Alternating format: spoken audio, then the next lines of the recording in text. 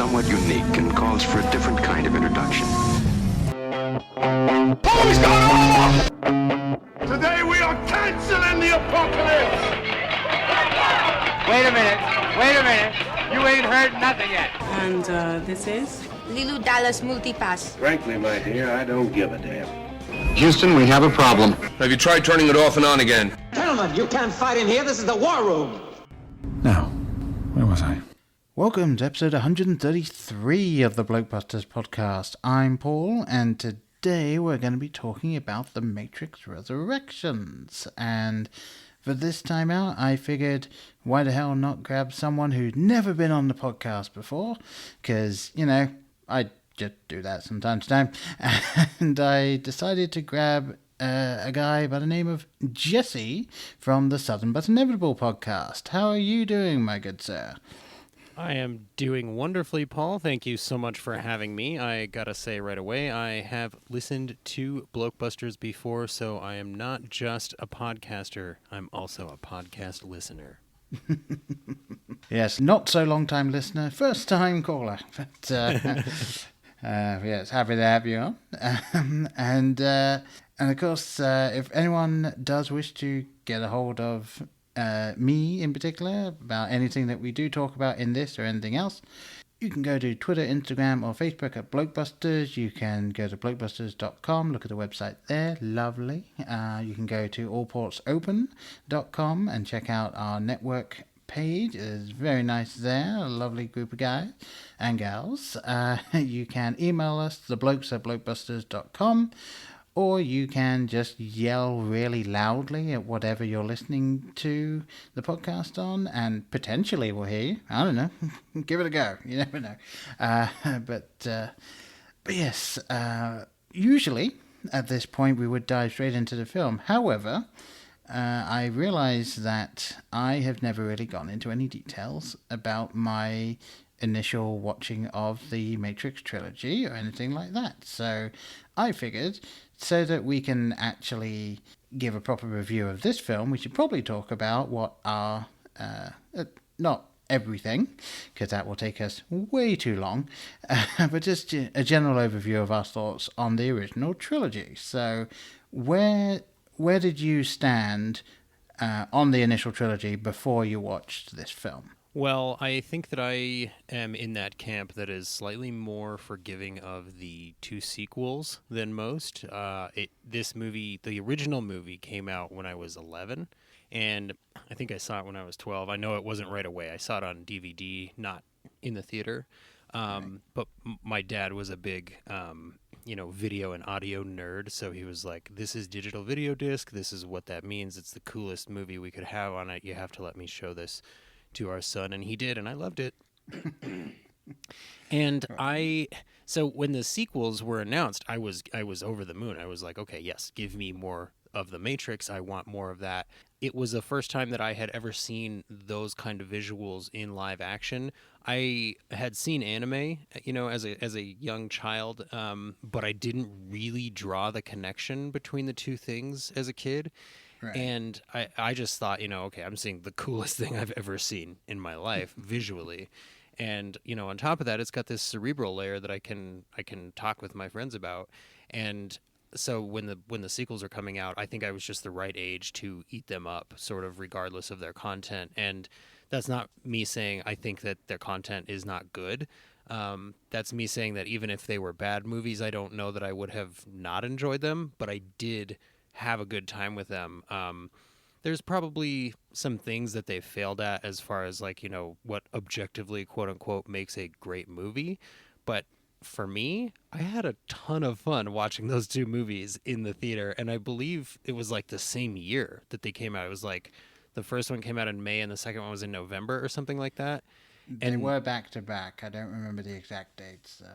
But it was that was one of the first instances of that, where you had two installments really quickly in the same franchise of that caliber. And I remember just loving it. And I think for me, I think a big part of it was, like I said, not only those visuals, seeing those kind of visuals for the first time, but also being presented with that idea of the simulated reality. And, maybe reality isn't what we think. I think that might have been my first movie that asked that question, because again, I think I was 12 when I saw it. Right. Yeah, I do recall seeing it in the cinema. At least I believe I did. I know for a fact I saw the second and the third one in the cinema, but the first one I can't be absolutely sure on. And I actually did a presentation when I was at university which featured The Matrix, because The Matrix is the film that actually drove the popularity of DVDs. It is because of The Matrix and how popular it was and how much more you could get on the DVD and all of the special features that came with it. That was what pushed DVD to become the major format. So it's, because I believe it was Laserdisc was the other one at the time, and DVD won out because The Matrix exclusively was on DVD. So, and I remember having the 10 DVD set Ultimate Collector's Edition, which no longer, A, I don't have, and B, is no longer the Ultimate Collector's Edition because there is now a fourth film.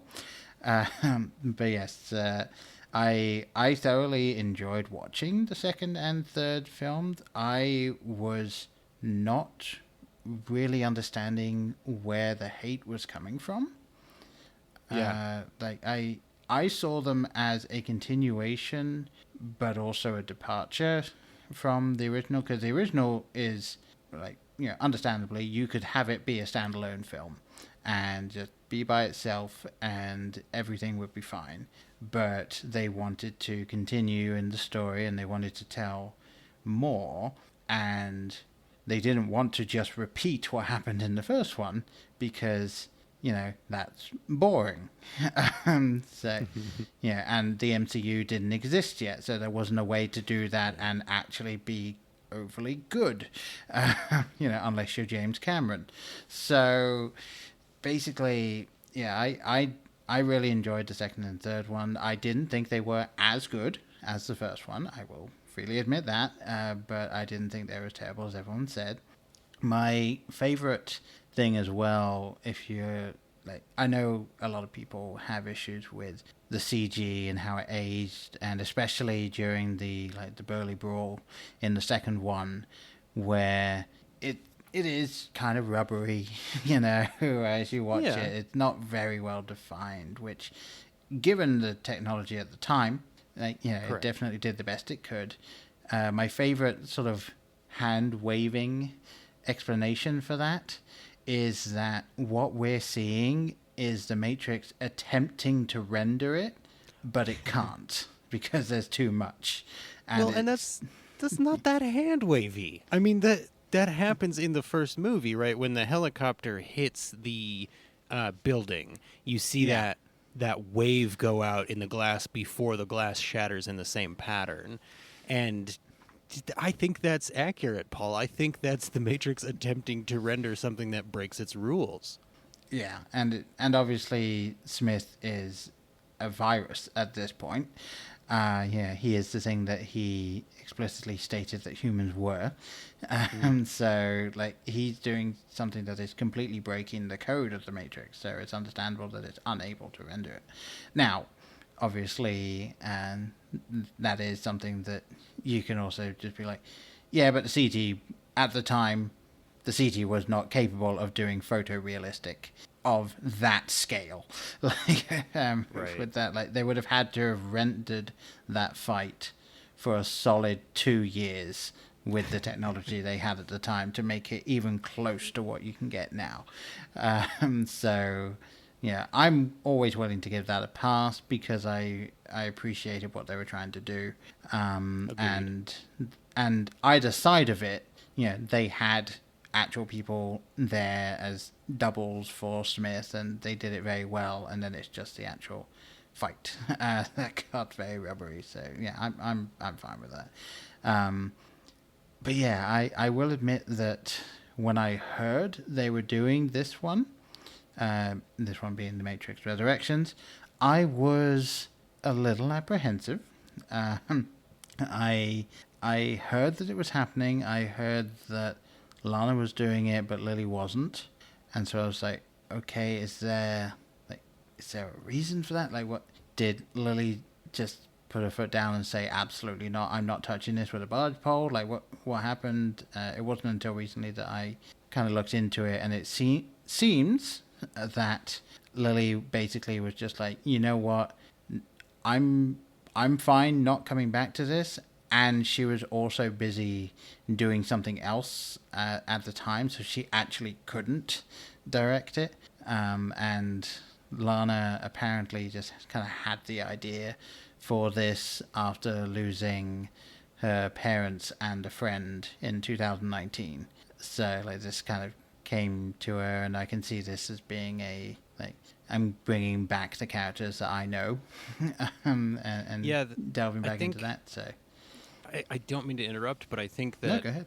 I think that definitely goes to so much about the movie itself. You know, the one director with a vision for this story, the reasoning that is presented on screen in the story is just. I fully agree though. Like when I first heard about this, I went, okay, I'm nervous and I can't figure out why. So I thought about it some, and I think it goes back to what we did love, or what I know I loved about the original series, which was that was the first time, as I said, that I saw that kind of visuals in live action, and that was the first time I was presented with those kinds of ideas in a stylishly cool way, right? And so my immediate question is, what is the new idea they're going to present me with, and what is the cool new looking thing that they're going to show me? Now, almost immediately in this movie, the movie goes, we know that's what you want. And I mean, the tone of this movie is something that I don't know if I didn't expect it, but it caught me off guard. I will say that this movie caught me off guard. I will start from there. Yes, that's a good place to start. And just so I can make sure I get the nuts and bolts out of the way as well, directed by Lana Wachowski. This had a budget of $190 million. And as of now, so I'm going to date this podcast. This episode is being recorded the night of the 30th of December. It will be out, at least a month after that. But yeah, that is when we have recorded this. And it has currently made $70 million worldwide. So in the box office, probably not going to make that back. And of course, most people will take the budget and then double it if you also add in marketing and so on. So I do think that it's going to be some time before they break even. If they do, they may not. And it's interesting as well. I don't know how you saw the film. I saw it on HBO Max, and it turns out that it's only on HBO Max for 30 days, and then it's going to be gone. Well, so I, first of all, same boat. I watched this on HBO Max. I have what I consider to be a high-risk household, so I'm just not at a theater mindset right now. Right. But I did watch a couple of movies this year on HBO Max where I was like, I would love to see this in the theater. But I was deeply grateful for the opportunity to not have to see them in the theater. Now, that having been said, most of those movies that are like streaming for 30 days and then gone have since come back. It just took a couple of months. So like Godzilla vs. Kong is on there now, and Dune was back, and I'm not sure about Dune yet, but I know Mortal Kombat is back. Like I know a lot of the movies that were on and then gone are back. So maybe that's a positive thing to look forward to. And like you were saying, they may need to squeeze whatever they can out of this movie. I would not be surprised if we get a physical release of this movie like next month or the month after. Like I'm talking January or February, so contemporaneous to when this episode is being released. But I just I am interested to see, without spoiling anything about my feelings or the movie itself, I'm really interested to see if Warner Brothers wants a Matrix 5 after this. I will say that based on what I have read so far, it seems as though Warner Brothers has effectively said, okay, we're done when it comes to film entries in the franchise. So if I could Now- ask you a question directly, Paul, Sure. do you think that's what Lana wanted? I don't mean to ask this in a way that implies that I'm like, because this movie was bad, because I don't believe that it was. I think this movie may have only been for Lana, like, which I'm fine with. I'm totally fine with that. But do you think that she went into this thinking, I'm going to end this now on my own terms? Yeah, I do think that, because as I said, based on what I was looking at, Lana really wanted to get back into this world to be with Neo and Trinity again, as a direct result of dealing with the grief of losing her parents and her friend. And this feels like it is a cathartic film, if that's what you're looking for. And it definitely is. It's very odd to talk about because there's a bit of a duality where it's like it's a return, but it's not. I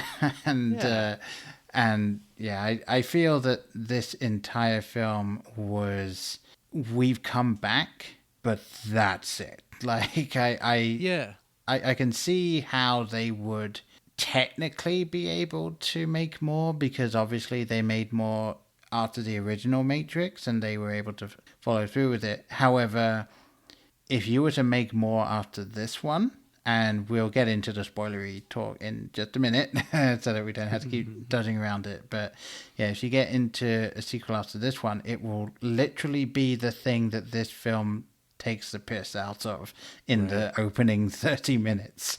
But I think it's maybe fitting that as you mentioned, there is a duality about it being a return and not, because the whole movie really feels to be about duality and, combined with a non-binary nature. Like you have to accept two halves of a thing in order to, live fully as the one piece of it is what I feel like I was pulling from the movie, part of the message that I was pulling from it. So I think your perception of that duality right up front is spot on. Yeah. I found it really interesting because at this point, just in case it's not obvious, in case you haven't listened to any of the other episodes of Blockbusters, from here on in, spoilers. We will talk about the entire film, not even in order. We're just going to talk about the film. So yeah, this film is a film of two halves. Absolutely. Now, the first half isn't even the first half, it's the first act. But yeah, the first part is, okay, we're back in the Matrix. We know, and we're going to make sure you understand that we know. And I think it was probably my favorite bit in it is the fact that they do not shy away from just flat out calling out Warner Brothers. In just a totally ballsy bit of dialogue. They have Smith, who is Neo's boss in this resurfaced Matrix, just say the line, basically our business boss Warner Brothers has said they will make a sequel to the Matrix with or without you. And it's like, okay, all right.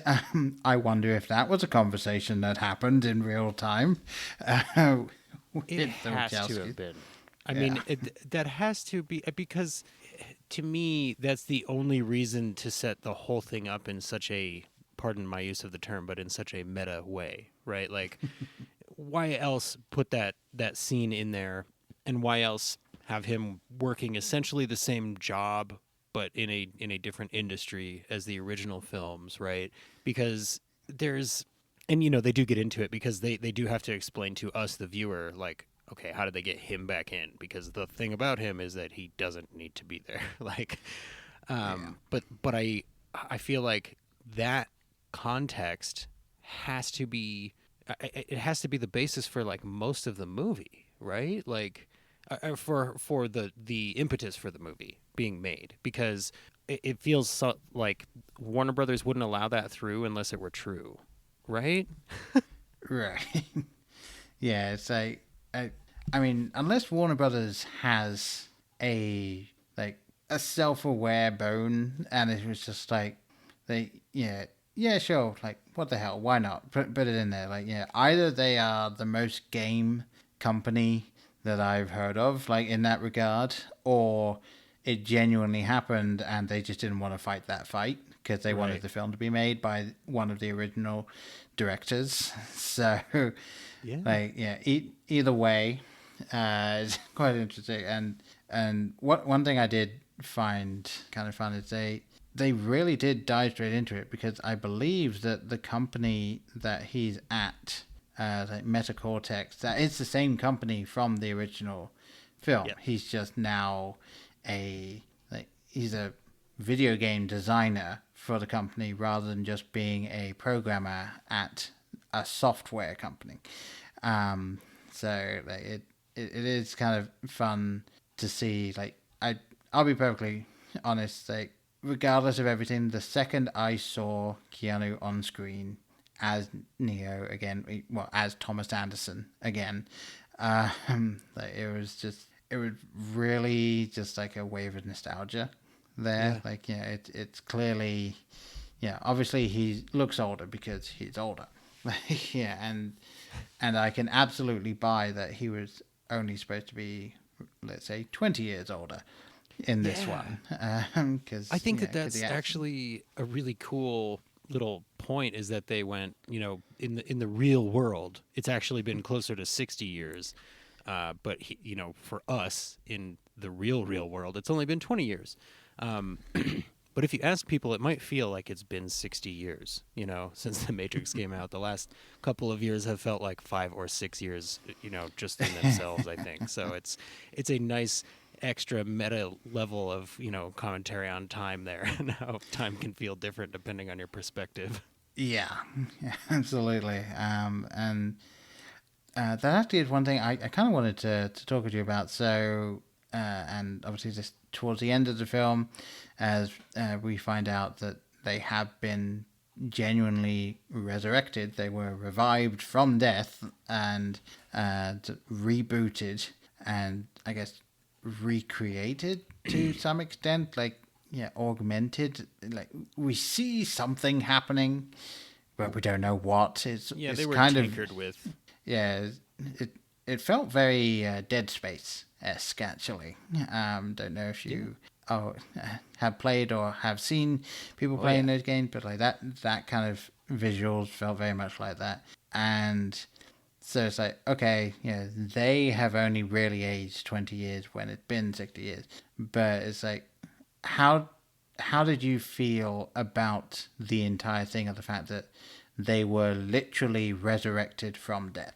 Like, this is something that I have seen being the biggest sticking point with people watching it, is that, The Matrix, regardless of everything that happens inside the Matrix, everything outside of the Matrix is, like, very gritty, very, like, following what we would understand is happening during this time. Like, let's... I would say that the groundwork is laid for that in the original sequels, right? So in Reloaded, Neo finds out this is not the first version of this. This is not the first time we have done the whole Matrix thing. You guys are super susceptible to it. So as soon as we're done here, we'll start it over. Everything will be hunky-dory. Well, machine hunky-dory. So that groundwork was laid, and then... The architect actually says to him, "We'll reinsert your source code, and then there'll be another the one, and it will go on in cycles forever." So when those sequels came out, I remember there was a lot of, there's a Matrix within a Matrix theories and things like that, especially because The Matrix Reloaded ends with Neo able to feel the machines in the real world. So I would also posit that there has been some sci-fi sort of future magic janky stuff happening in the quote-unquote real world of the Matrix as well already. So I don't think that they really broke any of their rules. And I mean, Neo was splayed out in a cross shape and then dragged in a cross shape across the Machine City. So were we not expecting a resurrection for a character whose end was that? I feel like the sequels definitely set us up for more sequels, but they sort of went, you know what, it's going to be a while, which it was, to their credit. But I feel like everything that's in this movie, Resurrections, was set up in the prior three movies, but mostly set up in the prior two sequels. Yeah. Now, I do agree that it was a little Dead Spacey when they were being reconstructed. But to me, that was the part of the original Matrix that probably inspired Dead Space, right? Was all of the body horror stuff, the bug in his stomach, and getting out of the pods, which they knew they needed to one up, right? Because they're like, well, we've seen people in pods before, so what do we do now? Well, what if we just put bodies in there and cut the top of their heads off and mess with their brains? Like, oh, okay, that's pretty extreme. Yeah, that'll do it. It's they sat down and watched Event Horizon, and they were like, okay, we're not going this far, but we're gonna get close. Yeah, just pull that lever back one notch from Event Horizon, and then we'll change the lighting to Blade Runner, and it'll be fine.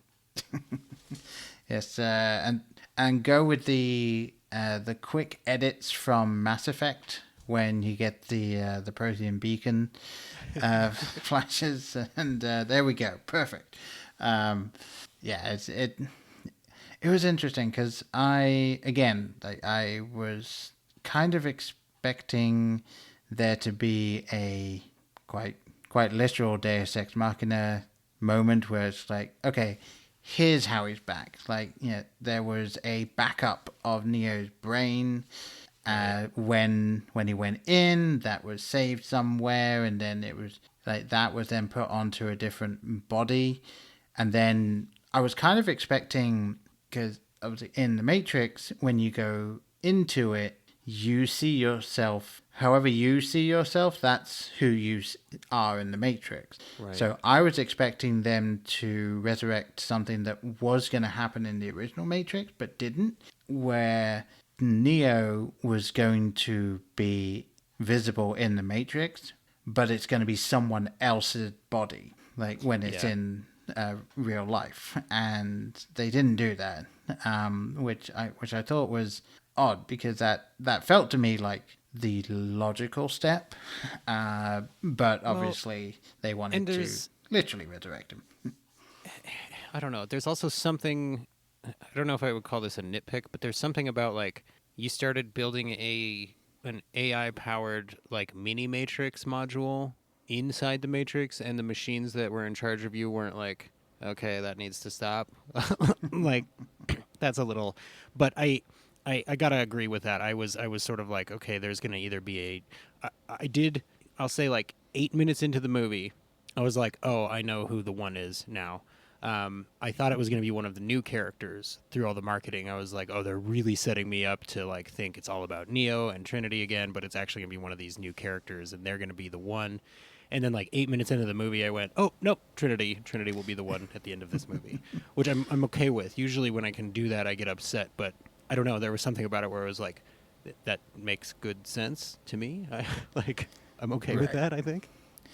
Yeah, there were several moments in the original where it felt like they were kind of saying that Trinity and Neo were two halves of one whole, and obviously Neo just has the one powers in this Matrix. So to me, when we were getting to the end, and it was like, okay, so he has some power, but he is a totally nerfed version of himself. Which actually, I think my favorite single moment in the entire film is when he's like, all right, I'll try and fly, and then he can't. He just says, yeah, that's not happening. But he remembers how. Yeah, he remembers how he should do it, and then he does it, and you see the little ripple in the ground, and then all he does is he just jumps up in the air and just goes, nope. Like, you even got the music sting from when he did it in the original was coming in, and then just total cut-off. So, yeah, no, I love that they were just like, this isn't the Matrix, this is the next Matrix. So, Yeah. like, of course he doesn't have full access to everything he used to be able to do. Well, and then, if the whole point was to build a module to contain the one, why would they not nerf him, right? Like that's the point of the Matrix, is that there are rules that can be bent and things like that. So if they know his abilities, then in theory they should be able to build the Matrix to constrain those, or appear to constrain those abilities, which I did appreciate. I gotta ask, how did you like Neil Patrick Harris's character? I was 50-50 on that character. Number one, I really like Neil Patrick Harris.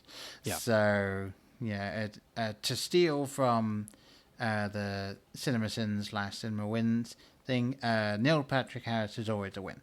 But I also appreciated that he was the new Matrix's guy. Like, yeah, in the original we had the architect, who was very stuffy and very long-winded, and was just very, very sure of himself. And this was, by his own admission, like, just a an analyst who was there and decided he wanted to do it. So, yeah, he's obviously fairly sure of himself, but there is that level of to everything he does, because he's like, yeah, I'm the greatest. Just don't look over there. Don't get too close to this thing. So yeah, it is very interesting. But the one issue I had with his character that kind of kept me just a little bit further back, not quite fully embracing it, is the fact that he pretty much went straight into exposition mode, and it seemed to be entirely for the story. Like, he took absolutely no hesitation whatsoever in explaining everything to Neo as soon as he walked into the garage. And it was like that, like, from the stance of the general public going to see this film, like, okay, thanks, I guess.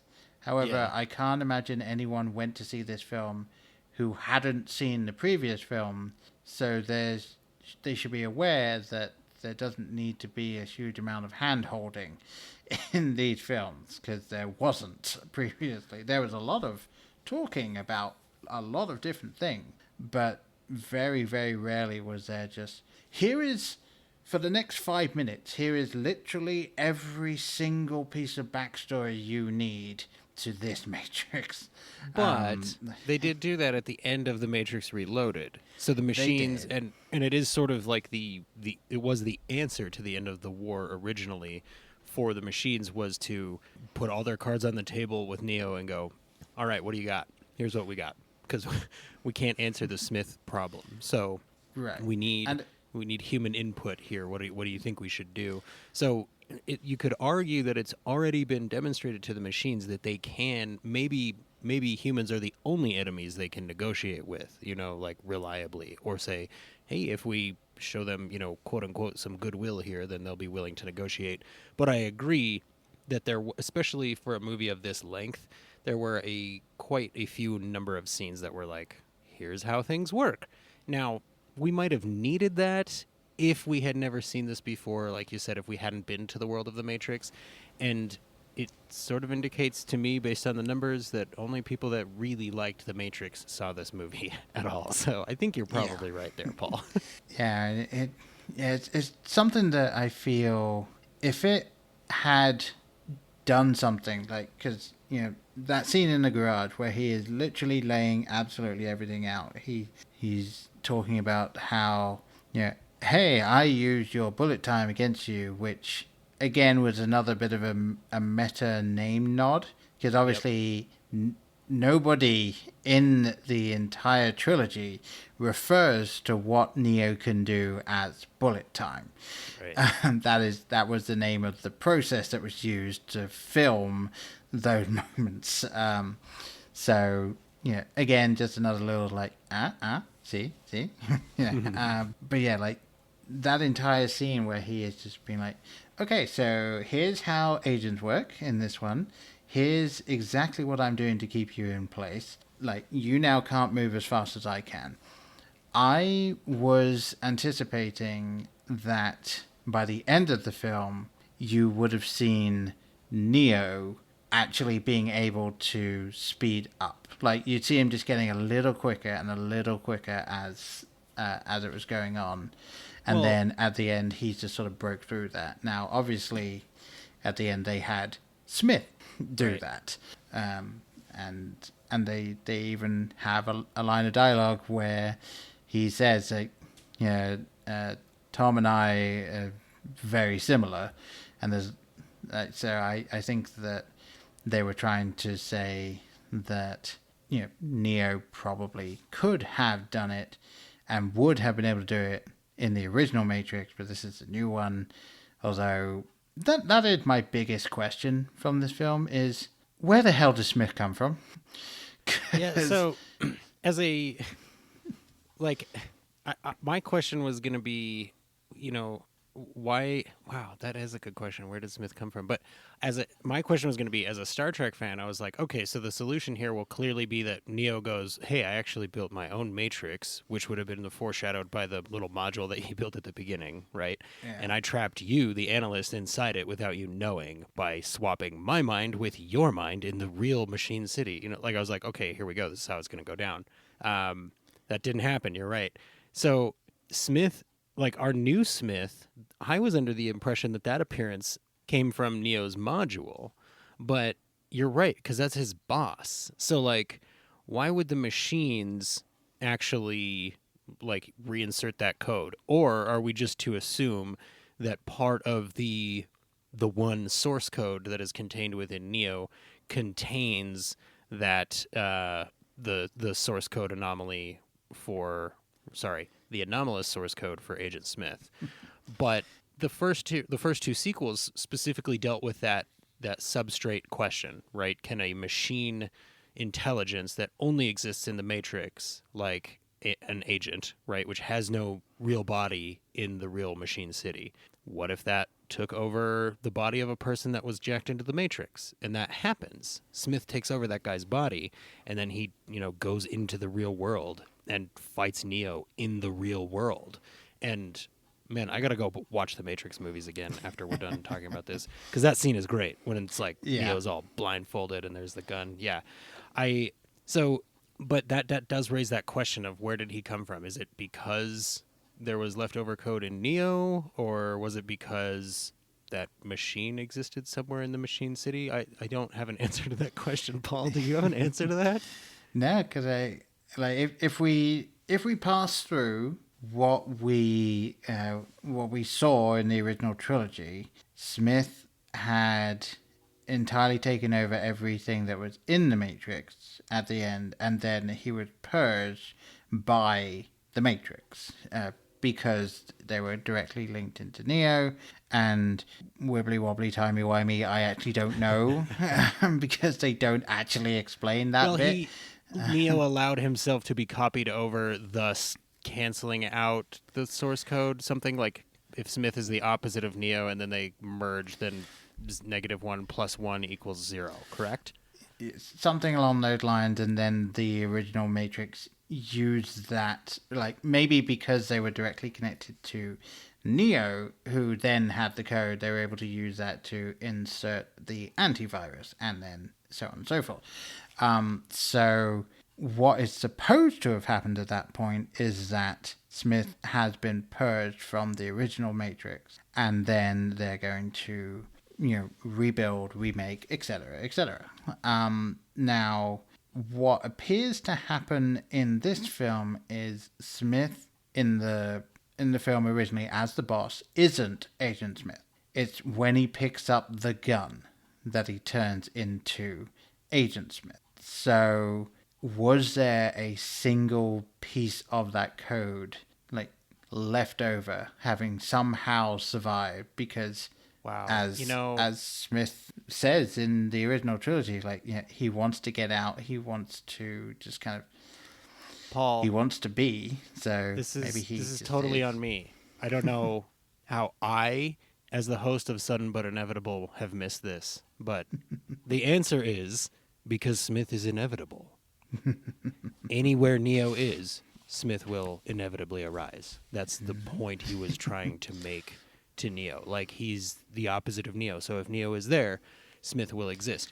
So I think our answer is either Smith arises as as an emergent property of any Matrix system out of necessity, or he is part of Neo in such an intrinsic way that his mere insertion into one of those systems will eventually lead to the creation of a Smith. Yeah, and it could also be like Neo is finally beginning to accept that he is Neo. Like, he doesn't take the pill and he doesn't fully grasp it, but he's beginning to think that way again, and that is when Smith arises. So, And if the whole movie is about needing to accept both halves of a thing to be able to live as the non-binary one, I mean, that fits pretty well, right? Yeah. The pieces of Neo have always been Thomas Anderson, Trinity, and Agent Smith. So that's, I mean, I think that's almost poetic, man. I think you figured it out better than I did when I watched through it. yeah, I'll take that as a win. Yeah, I found it, like, it was that thing that was niggling at me. Like, it wasn't something that broke the film at all for me. Right. Like, it was just something that I hadn't sat down and really worked through. But no, I do like that as an answer. Now, as I kind of said before as well, and I was interested because I was certain it would show up in this one, and it still didn't. So in the original Matrix, the character of Switch was supposed to be one gender in the real world and the other gender in the Matrix, which was why their name was Switch. But they didn't do that because the studio said, nope, we're not doing that. So They just gave Switch an androgynous actor instead. Yes. I mean, they may as well have cast Tilda Swinton. Like, they, Right. Yeah, they got Tilda Swinton's younger sister to play it. But yeah, I was certain that was going to finally happen in this one. Now, it's absolutely possible that it did happen, and we just didn't know because it wasn't someone that was front and center in the film. Yeah. It could absolutely be the case, and it might be something that if you go back and look at it and really look at every single person and go through, you might find someone that does do that, and they just didn't, hang a lantern on it. Which, if that is the case, well done them, because that's a really cool way of doing that. I would almost say they didn't need it this time because they had the opportunity in the first 10 minutes of the movie to say The Matrix is about trans politics. So it was like, you could not have done that in 1999. But in this movie, you can just say that in the beginning, and then you don't have to have a character who's shown to have a different self-image. I mean, all the characters in this movie have a different self-image than what is portrayed for part of the movie, right? So, again, it goes back to that substrate thing and how that's kind of a core thing in the Matrix is, the space you inhabit, the meat space you inhabit. Yeah. And the most fascinating thing to me in this film was connected with how they dealt with the fact that so many people didn't come back. So there is a lot of flashback / straight up playing the original trilogy in this film at the front end. And there are if we're going this route, there are technically 1, 2, 3, 4, 5. There are 5 people that were in the original trilogy that are in this film. Now, technically, let me think. How many is that? 1, 2, 3, 4. 4 of them are playing the character that they were in the original trilogy, and one of them is not. So obviously you have Keanu Reeves as Neo and reprising the role, Carrie Ann Moss as Trinity, and then the biggest surprise for me, Jada Pinkett Smith. Yeah.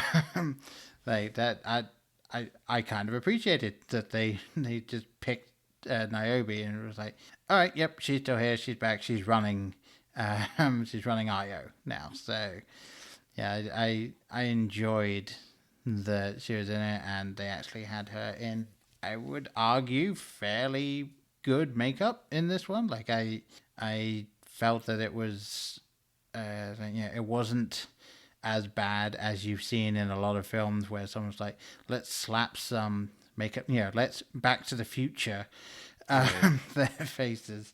But no, I thought it was a reasonable 60-year makeup job in that, and I appreciated she was back. And then of course you had the Merovingian, like, as that homeless dude, As the on old the man subway. yelling at a cloud. Yeah, so that was really just a fun surprise. Like, I think it would have been like, I highly doubt they would have been able to get Monica Bellucci back, but I think it would have been even more fun to have him as this this completely shabby, like, hobo character, like a fragment of his former self, and then have Monica Bellucci as she was in the original. Like, she, like, nothing's happened to her. She's still herself. Persephone looks the same. She's in charge of the club now. Everything's fine. Yeah, and I think that would have been funny, but still. But yeah, so technically there is one person who was in this film who was technically in the first film. That would be Now, Neo's stunt double, yep. right? I can't remember the guy's name. It's Chad Stahelski. So yeah, he was the stunt double for Neo in the original Matrix. He is also the director of all the John Wick films. So yeah, they had him in as Chad, as a literal Chad, as Trinity's husband. So like, yeah, he is once again, quite literally, the stand-in for Neo, because he is Trinity's or Tiffany's husband. So I found that really funny. There's like several layers going on there, like having him in as that role. And actually, one thing that I didn't catch until my second watch of this film is, for absolutely no reason whatsoever, Christina Ricci is in this film. What? Really? Yep. What? Where? When? She is the female executive that is sort of leading the talks on the Matrix sequel. Oh, wow. Yeah. Her name is apparently Gwyn DeFeer. Wow. Okay. So, yeah. No, it's like it was like I didn't catch it on my first go through. I was watching the second one. I was like, who is that? And so I looked it up. It's Christina Ricci. I think I'm saying that last name right. I might not be. I don't care at this point. Yeah, she gets paid the big bucks. I'm sure she's all right with it either way. Yeah, she's already made her money out of this film. Whatever. But no, yeah, it's so random. The most random thing that apparently may or may not be in the film, and no one's been able to verify it, is that Tom Hardy actually filmed a background cameo for this film, but it may or may not be in the film. Huh. Like that, as far as I know, there's been no verification on where in the film it would have been and what's going on. So like, it's very, very odd. And then the only other thing of like total like, oh, okay, of note is that the mayor of I can't remember it's what I believe it's San Francisco. Yes, wherever it was. Yeah, the mayor of San Francisco is in the film for a second because they needed the signature of that person, I believe, to do the stunt where they walk off the edge of that building. I think that was why they had to have that person was nearby, and they went, "Hey, sign this, and if you do, we'll let you be in the movie." Yeah, like they gave her a thank you in the credits, and then they're also like, okay, you're going to be in the film. She is the one who is getting people to safety during the swarm mode at the end. So yeah, good PR opportunity for that mayor. Well done, mayor. Yeah. I mean, it worked for Arnold Schwarzenegger. So I will say I know we've been jumping around in this and talking about the people that are in this, and I'm probably going to butcher this, but Yahya Abdul-Mateen II, I believe, he was very good as Morpheus 2.0. Morpheus in air quotes.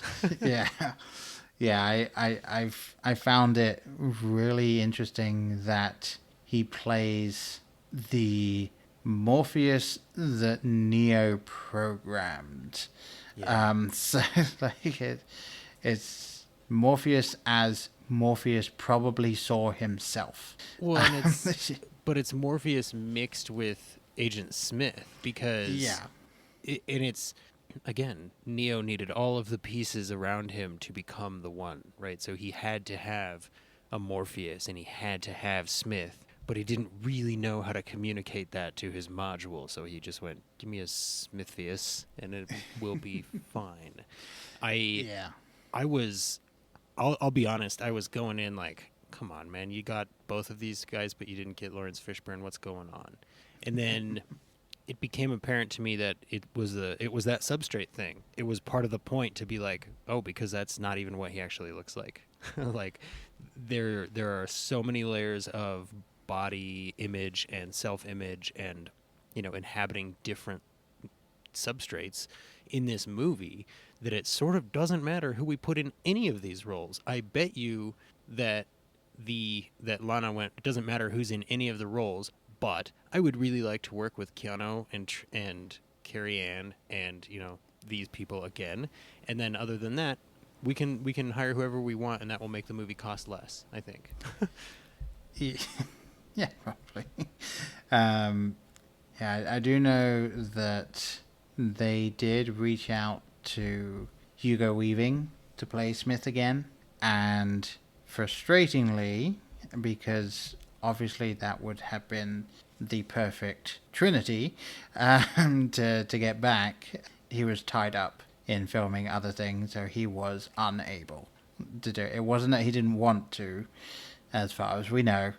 He was just like genuinely unable to make it. So that is why there is Smith who isn't Smith in this. I did appreciate that they had several cutting back and forth between the original and him. For Jonathan Groff is the name of the actor, and supposedly he wanted to portray the presence of Smith, but he didn't want to do a copy of Hugo Weaving. Yeah. So like I thought he did well with that, because again, he's Smith but he's not. Right. So and if you're put into that position, it's what are you to do, right? I think he went the best possible route, because I for me now, I think the movie definitely benefits from people who really enjoyed the first trilogy when they watch it, because like a lot of goodwill built up in my body about the original trilogy, because every time he spoke, I was picturing Hugo Weaving's cadence and voice personally, and that made that character have more gravitas for me. Now, I'm not saying that that's a failure of this movie. I'm saying it worked for me because I was already used to going, oh, this is the same character in a new shell, because they did that with the Oracle in the first sequel, and I went, oh, okay, what a clever way to explain a real-life problem that they had with the passing of that actor. So, again, I think everything in this movie has been set up in universe to function in universe, and I appreciate that about it. And I think between the two new versions of characters we had seen with Smith and Morpheus, I think I liked the Morpheus portrayal better. But I think they also gave that character more to do, right? They gave that character more of their own arc, and, you know, more of a two halves of one whole sort of a storyline. So I think I like that one better, but that's probably by design. Yeah, it was very interesting to me to see who they did and didn't get back. One thing that I found odd is that they didn't just get the grown-up Sati to come back and play Sati again. They just got, again, want to try and get it right. So it's Priyanka Chopra Jonas, who apparently was the winner of Miss World 2000. So there you go. But yeah, they got her to play the grown-up Sati, which, again, I found interesting because they obviously played around a lot with how programs do develop and grow, and they quite literally had this little girl program from the original is now in adult form in this one. So you know what, that's actually, I think, probably one of the last things we'll touch on for now, because I don't want to be keeping you and the audience for too long, is something that I haven't heard too many people talking about, just in some of the things I've read and listened to so far. What were your thoughts on how they had the society where humans and machines, although they did not prefer to be called machines, what was the term? I'm blanking on it now. They were like sentients, I think, or something. Yeah, it's like sentience or something like that. They had some kind of name. So I those actually really people. liked, in particular, the designs of the friendly machines. I liked that they were very organic, which again stems from the design of the original trilogy. All the machinery in the original trilogy was very organic and insectoid and creepy crawly. There was not too many hard lines. It was all very lithe and, organic looking. And I really liked the peaceful looking designs on some of the friendly machines. I liked the the flowing nanobots look that Morpheus ended up with at, when they were doing their assault on the Machine City. Yeah. The friendly, oversized robots gave me definite, Dune 1984 vibes, I think, which I really appreciated. And there was the warm insectoid versions of the machines that we had seen. I really liked that, and I liked the concept of, well, hey, but the war is over, and Niobe going, yeah, that doesn't mean that everything's fine. It's still real life, dude. And that kind of, it hits you, and I mean, it's a good point to make right now in 2021. You'll be listening in 2022, but trust me, 2021 sucked. So it's a good point to make, just because there's maybe not a huge war happening doesn't mean everything is fine. There's still plenty of conflict and struggle going on, and you still need to be paying attention. So I liked that mix, and I liked that they gave us that society without, having somebody in that society be the one to be like, oh, there's a sleeper agent in here that wants to kill all humans. I'm glad they didn't do that. One little nitpick I have, I don't know if I like changing the name from Zion to Io. I get it. It's a much more binary name. It's input, output. It's got the, on-off symbol connotations. So I fully understand why they did it. Me personally, I wouldn't have done that. But I do like the presentation of their society, because even in the original sequels, the humans and the machines were shown to be interdependent on each other, even if they weren't at war. Zion was built on machinery, right? The Machine City was powered by humans. So that interconnected nature of all beings and all life, I think, has been there from the start. So I was glad to see it persist through this movie. Yeah, and another thing I was going to see if it came up in the film, and I'll jump back to my thoughts on it real quick as well, just from what you were saying. Obviously, in the original Matrix, it was supposed to be that humans were being used as processing units, because brains are infinitely more powerful than microchips as of this moment in time, in being able to process things. So that was the original way it was going to work. And then again, the studios jumped in and said, what about if they're batteries? even though that makes no sense because humans are ridiculously awful at outputting energy. But yeah, I thought they would somehow bring that back in, like the new Matrix was being run by the people connected to it and stuff like that. But they didn't do that. But no, yeah, I found it really interesting that they had the the human sentience. What again? I'm a little frustrated that I can't remember the term, but yeah, the good machines, and how they work that in, the fact that there were still the Sentinels and they were still the bad guys working for the new Matrix, but there is a sort of uneasy piece, like is it there is some sort of piece there. Now, one thing that didn't hit me until you were kind of mentioning the design of the machines. Assuming that you have some familiarity with Mass Effect. Very, very little. Do you think that the people that designed the Reapers in Mass Effect did so because of the design of some of the machines in the Matrix, as well as obviously other drawings on things like that? Obviously, Cthulhu is probably a really big one, but yeah. So I think, as a person with almost no familiarity with Mass Effect, I have seen direct comparisons drawn online on, listened to, heard it on nerd podcasts, that kind of a thing, if you listen to those sorts of things.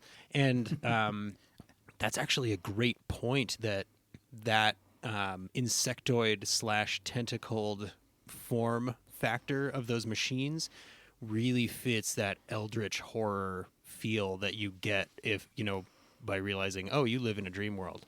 That's very Cthulhu, very Lovecraftian sort of philosophies going on, right? And then to see the organic machines, it feels like you could draw a direct design lineage from H.R. Is it Giger? I think it's Giger. Geiger? I've heard it pronounced Geiger, but I'm not German, so you could almost draw that direct design lineage down, right? The organic machine, the pulsating metal, the coiled steel sort of a thing, that warm machine that runs on organic matter.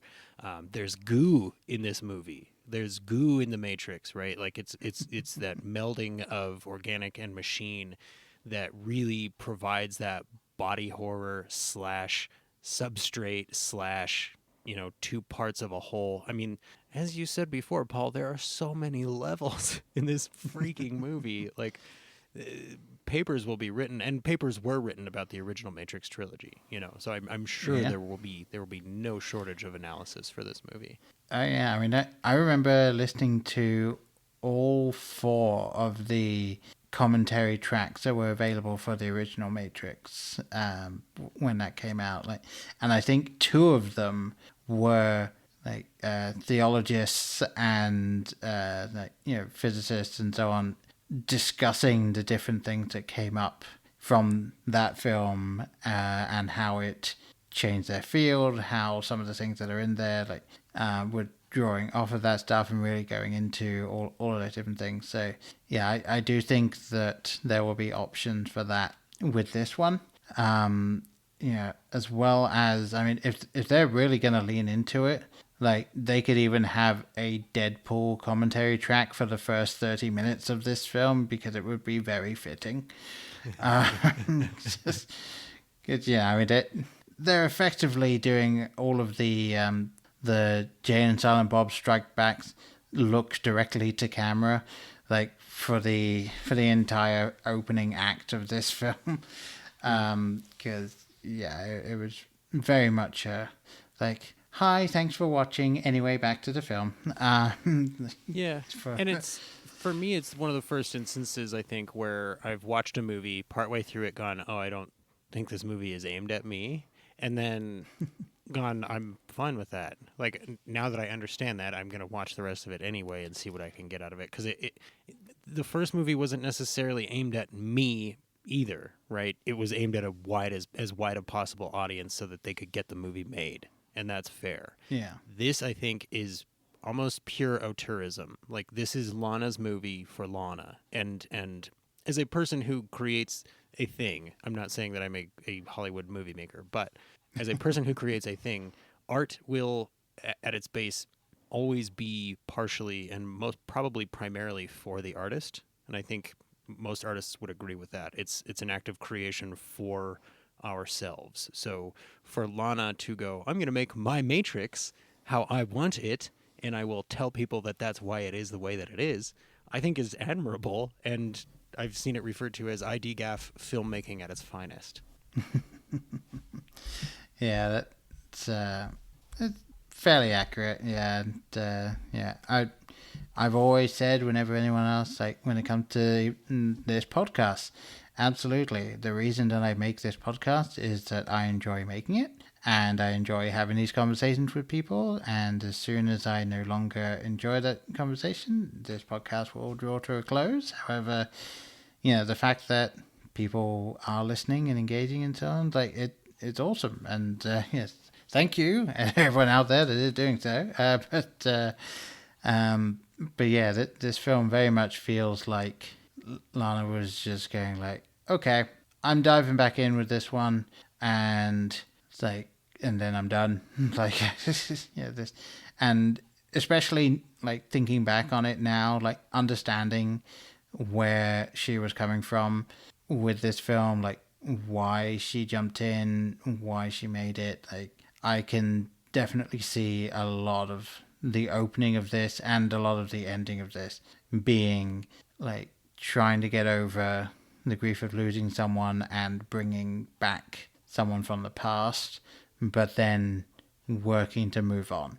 And I feel that is where they landed at the end. I think they did a good job with that, and I'm intrigued to see what happens next. I personally would get behind, say, a TV show or even an anime series. I mean, the Animatrix was phenomenal. More of that, please. But I think that at this point, and obviously people would have said this before with the previous one, but at this point, I consider the film franchise to be done. Like, I do not think it will be possible to make another one. Especially not with the original team involved. And if the original team is not involved, I don't think it will. I don't think Keanu Reeves will do it, to be perfectly frank, if the Wachowskis are not connected. So I feel like he would just be like, thanks but no thanks. And without him and without Neo in it, I don't think it will have the draw. Depends on who gets attached, I guess. It's also possible that in 20 years, Warner Brothers will say, all right, we're doing it with or without you anyway, man. So, what do you want? And it wouldn't surprise me, but I hope that they get somebody who at least understands, what made it cool. I want to be asked a big question, and I want to see something I've never seen before visually, personally. Yeah, like the only new Matrix that I would be willing to accept is one from the point of view of the machines, like an entirely different take on it, an entirely different viewpoint, and like just it would be a way of furthering the world without necessarily changing anything, and just giving you more of an understanding overall of what's going on. But I don't see that happening. But here's hoping that down the line, if they do go that route, that's the way they go.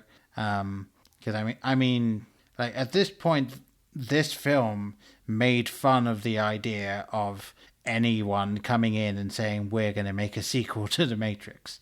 Yeah. So, and did you see the end credits scene for this one? I did. If I have a full-on complaint for the movie, it would be that. But it would be that, yeah. I also get it. Yeah, and yeah, for people that haven't seen it, it is a jump back to the brainstorming session for what the next Matrix will be, and based on everything I've read and based on my interpretation of it, this is Lana Wachowski's final middle finger to the concept of another sequel. Yep. Because it is just the idea of cat video matrix, the cat tricks. Like, it's like, okay, like, you're just fucking around at this point. Well, and she's not far off the mark. Like, yes, that's not. This scene is literally in this movie, so that makes it a possibility. Like, that's I appreciated the commentary, but still, the scene was like, I personally didn't need that. Yeah, and obviously that's another thing. Like, I can understand why it is an end credit sting. Like, anyone that liked the film and left, they didn't miss out on that. Like, I knew there was an end credit thing, so I skipped the credits and just went straight to it. So I didn't sit around waiting for it. So I didn't feel like I had sat for nothing. So I was okay with it. And I genuinely saw it as, like, I think Lana just woke up one day and was like, okay, yeah, that's going. We're filming this tomorrow. It's going at the end of the film, and chances are the executives aren't going to see this bit, so we'll be fine. Like, I appreciated it for what it was, and I'm glad it wasn't in the film proper, as it were. I think that would have been just a bit much if it were in there, but yeah, I will say at the end of all this, like, again, I could see where people are coming from when they are having some issues with it. I do know some people really struggled with the tone shift, and some people had issues with, like, how they brought the character back or what they then had the characters do. But I personally really enjoyed it just from a, like, number one, nostalgia. It was more Matrix, and it had Neo and it had Trinity in it, and whenever they were on screen, it was good. Like, I enjoyed seeing what Lana's take on this was, and I am a huge fan of meta done right, and I feel this film did it right. If they had at any point had a character turn to camera and wink, that would have been too much. But they did stop just short of that. Yeah, they were just shy of it, and did it very well. And then after the first half hour, they effectively, not completely, but effectively just cut that off and then moved on with the story. So, like, it stayed around for about the right amount of time, and then they moved on, and then had one or two little bits here and there, but otherwise we're good. And I really enjoyed this. I'm glad that they went away with it that I wasn't expecting. As I did mention, as we were talking, there are several things I was like, oh, would have been nice to see this. But given why it was made, how Lana was able to take it and make it her own, like, I fully accept it for what it is, and I feel that it's going to be a film that I would argue this film probably sits at second best overall, in my view, when it comes to the rankings of the film. Like, just above Reloaded, in my... Like, not much above it, but just above it. So, for anyone that wants my particular rankings on the Matrix trilogy now, Matrix quadrilogy, so it would be The Matrix Resurrections, Reloaded, Revolutions. So that's how I would rank it, and obviously that means I would recommend this film to anyone that hasn't seen it and has been listening this far. I mean, well done. Especially if you don't want to watch it. Yeah. I mean, like, well done you if you decided to just listen to us talk about it rather than watch the film. But yeah, so that's my take on it. How about you? I personally...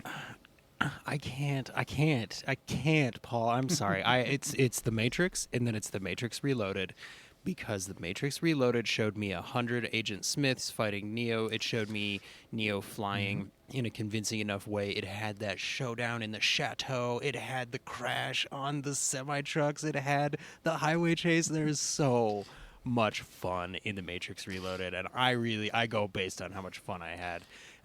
Even for my cerebral movies, I think. So I have to go The Matrix, Matrix Reloaded, then I would definitely go Resurrections, and then I would go Revolutions. But I also think that Reloaded and Revolutions is just one long movie, so you have to kind of rank them together. I would still put this, I would still watch this as part of a rewatch of the series. I wouldn't go, I'm going to skip that. But if somebody was like, I only have the first three, do you want to watch them? I'd be like, sure. Yeah. Yeah, and that's the thing, like, again, this film is very standalone in what it does, and I fully appreciate that. And I should feel that I should make clear, like, there are many things from Reloaded that I was completely on board for. Specifically, the one thing that I was incredibly annoyed they didn't bring back was the virus twins, because they weren't dead. They're ghosts. They can't be killed by fire. Yeah, I mean, like they went intangible as that explosion went off, so they're clearly alive. They just never brought them back. But yes, I was annoyed they didn't come back. But yeah, I feel that if you're just looking at it as a standalone film, I feel this film was better than Reloaded. However, Reloaded was more fun.